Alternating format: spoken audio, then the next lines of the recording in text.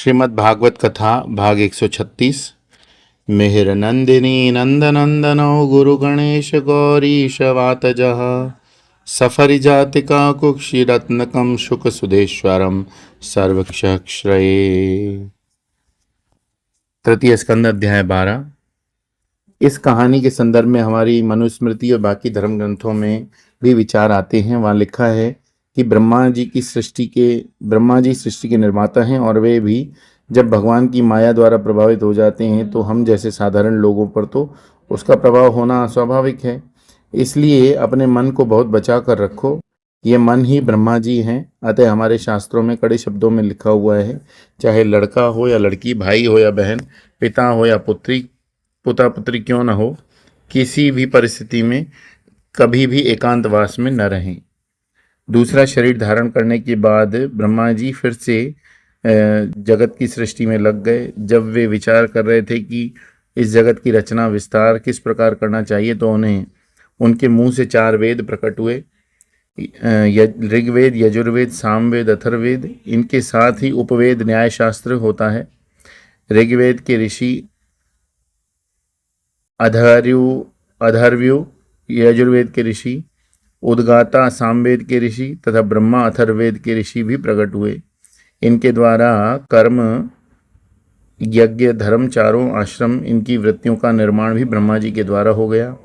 यह सब विदुर जी ने पूछा, ब्रह्मा जी ने अपने किस मुख से कौन सी वस्तु की रचना की, कृपया हमें विस्तार से बताइए। मैत्री जी ने कहा, विदुर जी, ब्रह्मा जी के चारों मुखों से जगत का निर्माण हुआ।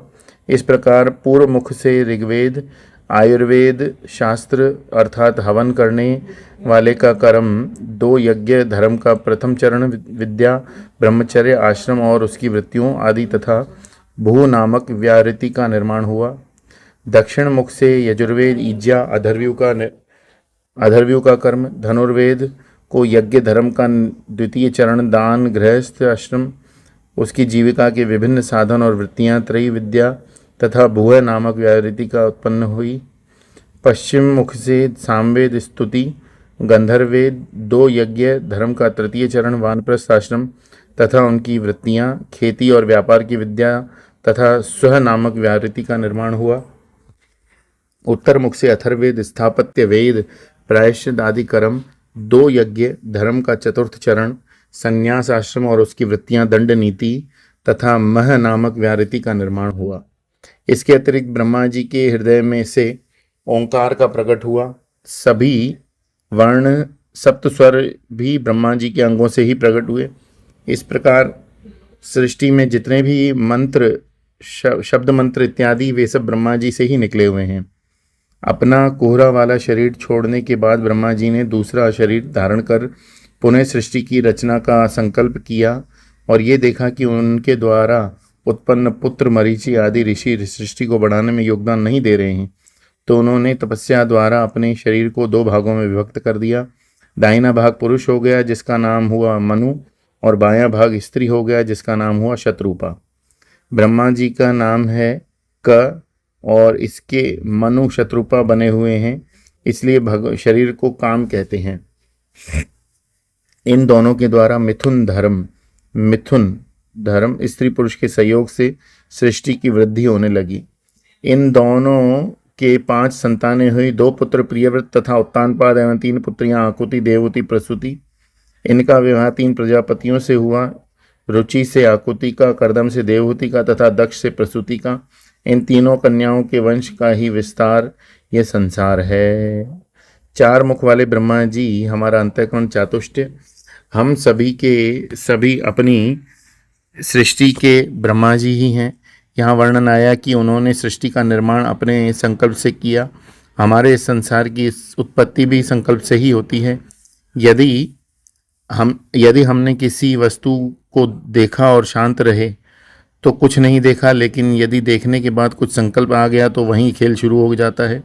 सिनेमा में हम देखते हैं कि एक लड़का और एक लड़की बाग में मिले, एक दूसरे को देखा, देखने के बाद यदि वे सोचते इसे क्या देखना और आगे चल पड़ते तो सिनेमा नहीं बनता। भगवान शंकराचार्य जी ने भी इस प्रकार का उदाहरण देते हुए एक ब्रह्मचारी गंगा जी के किनारे एक पर बैठे थे। नीचे गंगा जी बह रही थी। दो कन्याएं पानी भरने आई। ब्रह्मचारी ने देखा तो सोचने लगे ये जो पीछे वाली कन्या है ये अच्छी है, आगे वाली तो बड़ी है, मेरे लिए ठीक नहीं रहेगी। फिर वो कल्पना करने लगे मैं इससे विवाह कर लूंगा तो इसे पानी लाने के लिए नहीं भेजूंगा। आदमी में ताकत होती है और औरत में नहीं, अतः औरत को कष्ट नहीं दूंगा। मैं उसे कहूंगा कि लोगों को कुछ भी कहने दो, तुम्हें पानी लेने नहीं जाना, मैं ले आऊँगा। फिर हम अपना प्यार का संसार जिएंगे। फिर हमारा बच्चा होगा। ये सवाल उठेगा कि बच्चा कहाँ सोएगा। हम ये निश्चय कर लेंगे कि बच्चे को बीच में सुलाया जाए, हम दोनों और सो जाएं। लेकिन उसने यदि रात में पेशाब किया तो लात मारी तो ऐसे गद्दी से नीचे गिर गया, तो ये कल्पना करते करते पेड़ के नीचे गिरकर गंगा जी में डूब गए। संकल्प से ही सृष्टि का निर्माण होता है। इसलिए भगवत गीता कहती है संकल्प प्रभवान कामान त्यक्त्वा सर्वान अशेषतः। अपने मन के एक भी संकल्प का आदर नहीं करना चाहिए। एक बार हम दिल्ली में थे, लोगों ने हमें घेर लिया, स्वामी जी आप कमेटी बना दीजिए, हम यहाँ एक बढ़िया से बढ़िया स्थान बनवाएंगे, सद्भावना ट्रस्ट दिल्ली। हमने एक दिन अनसुना कर दिया, दूसरे दिन भी नहीं सुना, तीसरे दिन सब पीछे पड़े तो हमने कहा बैठो, मेरे प्रश्नों का उत्तर दो। जब तुम्हारी लड़की की सगाई होती है तो उसकी शादी के लिए कमेटी बनाते हो क्या? नहीं बनाते। इसी प्रकार कार्य करो, अभी जो कार्य हो रहा है उसे पूरा करो, वहीं का वहीं समाप्त कर दो। फिर सत्संग करने का विचार आए तो फिर से मुझे बुला लेना, इकट्ठे हो जाना, लेकिन संगठन मत बनाना। यह बात हमने हमारे स्वामी अखंडानंद जी महाराज से सीखी। उनके ब्रह्मलीन होने तक वृंदावन के आश्रम के महंत हैं स्वामी ओंकारानंद जी। एक बार हम उनके पास थे, उसी समय महाराज जी के एक भक्त आए और महंत जी के सामने प्रस्ताव रखा कि पूरी दुनिया में महाराज जी के जितने भक्त हैं उनकी डायरेक्टरी बनाई जाए, ताकि कोई कहीं भी आए जाए तो उन भक्तों को मिल सके। इस पर महंत जी ने कहा यह प्रस्ताव तब भी आया था जब महाराज श्री थे। उस समय उन्होंने स्पष्ट शब्दों में कहा था कि किसी प्रकार का संगठन मत बनाना, अपने चारों ओर घेरा बनाने के बदले उससे निकलने का प्रयास करो। साधारणतः ऐसा ही होता है, घर का तो त्याग कर देते हैं लेकिन संगठन में या आश्रम में फंस जाते हैं, फिर आश्रम का संसार शुरू हो जाता है। इसलिए यह बात स्पष्ट समझ लें कि तत्व चिंतन का अधिकारी वही व्यक्ति होता है जिसका अंतःकरण जगत को लेकर संकल्प विकल्प में उलझान नहीं है। नित्यानंद बाबा का उदाहरण देख लें, उनके द्वारा कितनों का भला हुआ, लेकिन उन्होंने कभी भी संस्थान में उलझकर अपना और संस्थान का सत्यानाश नहीं किया। इसी प्रकार शिरडी साईं बाबा थे, उनके मार्ग को अवधूत मार्ग कहते हैं, जो किसी भी वर्ण आश्रम संप्रदाय से अछूता होता है। हमारे संत ज्ञानेश्वर महाराज जन्म से ही अवधूत थे। उनके पिताजी ने पहले संन्यास ग्रहण किया, फिर गुरु की आज्ञा से गृहस्थ धर्म स्वीकार किया। इस प्रकार सन्यासी का बच्चा कहलाने के कारण उन्हें समाज से निष्कासित कर दिया गया था। अतः बिना प्रयत्न किए जन्म से ही वे अवधूत हो गए। अवधूत की गद्दी पर दूसरा कोई महंत नहीं बैठता, उनका कार्य उनके साथ ही समाप्त हो जाता है। महाराष्ट्र के रंग अवधूत जी महाराज का स्थान नर्मदा जी के किनारे है। जिस स्थान पर वे बैठते थे अब वहाँ उनकी तस्वीर रखी हुई है, क्योंकि अवधूत का कोई उत्तराधिकारी नहीं होता। तात्पर्य यह है कि सारी परेशानियों और कामनाओं का मूल संकल्प है। काम जानामिते मूलम संकल्प तेनमेव भविष्यति।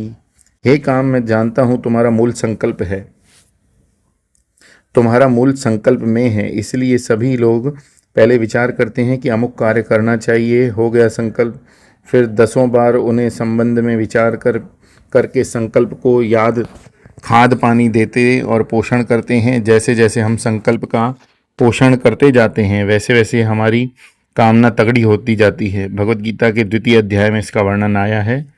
ध्यायतो विषयान पुंसः संगस्तेषु उपजायते, संगात् संजायते कामः, कामात् क्रोधो विजायते, क्रोधात् भवति सम्मोहः, सम्मोहात् स्मृति विभ्रमः, स्मृतिभ्रंशात् बुद्धिनाशो, बुद्धिनाशात् प्रणश्यति। आरंभ होता है विषयों के ध्यान और संकल्प से, अंत हो जाता है संपूर्ण विनाश में। इस प्रकार इस बात को समझाते हुए जगत में विचरण करते समय सदा सतर्क रहें। इस प्रकार श्रीमद् भागवत महापुराण के तृतीय स्कंद का 12वां अध्याय समाप्त हुआ। बोलिए श्री कृष्णचंद्र भगवान की जय। श्रीमद् भागवत महापुराण की जय।